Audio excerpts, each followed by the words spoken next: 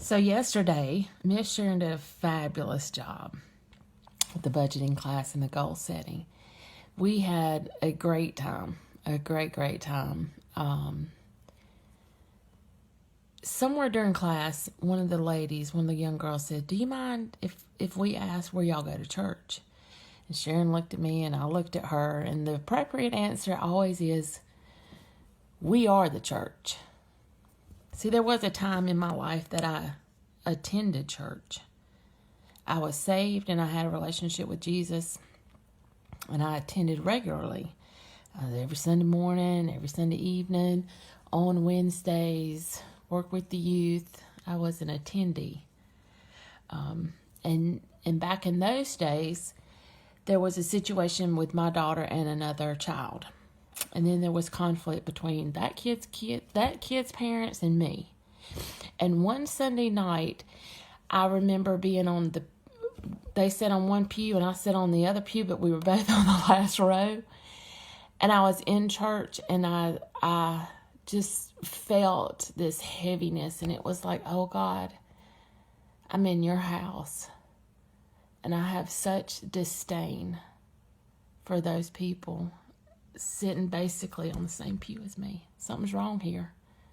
Something's real wrong. Now, I had every right to be upset with them. The situation between their kid and my kid, it was wrong. It caused a lot of chaos. It caused a lot of havoc. It was unnecessary. I could go on and explain, but it wouldn't do any good. The point of the matter is, I, as a believer, felt such disdain toward another person. Whether they are saved or not was irrelevant. It had to do with me.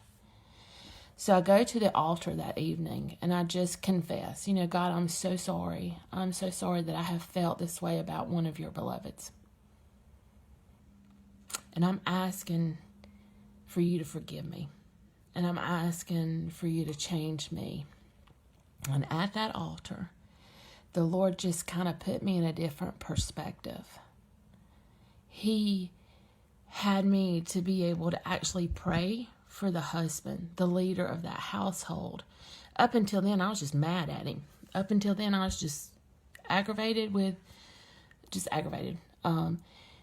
that night, after I asked God to change me, He gave me a different perspective on the dude, and I was able to pray for him because I had no idea what it was like to be the head of the household and have a wife and kids totally dependent on me, to be self-employed and have all the weightiness of all that responsibility.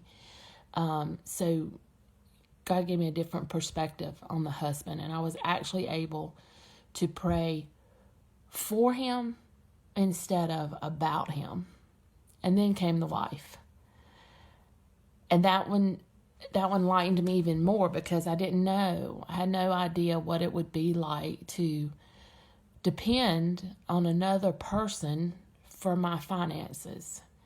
What if he got sick? What if this? What if that? My whole lifestyle depends on his ability to bring home the income. And what if that changes? So, when we start to become the church, God changes us. But it starts with us. That judgment of other people, it's not good. It's not good for us. And it certainly doesn't put the proper perspective to the world on who we represent by calling ourselves a Christian. But I had to do the changing. And I had to present myself before God.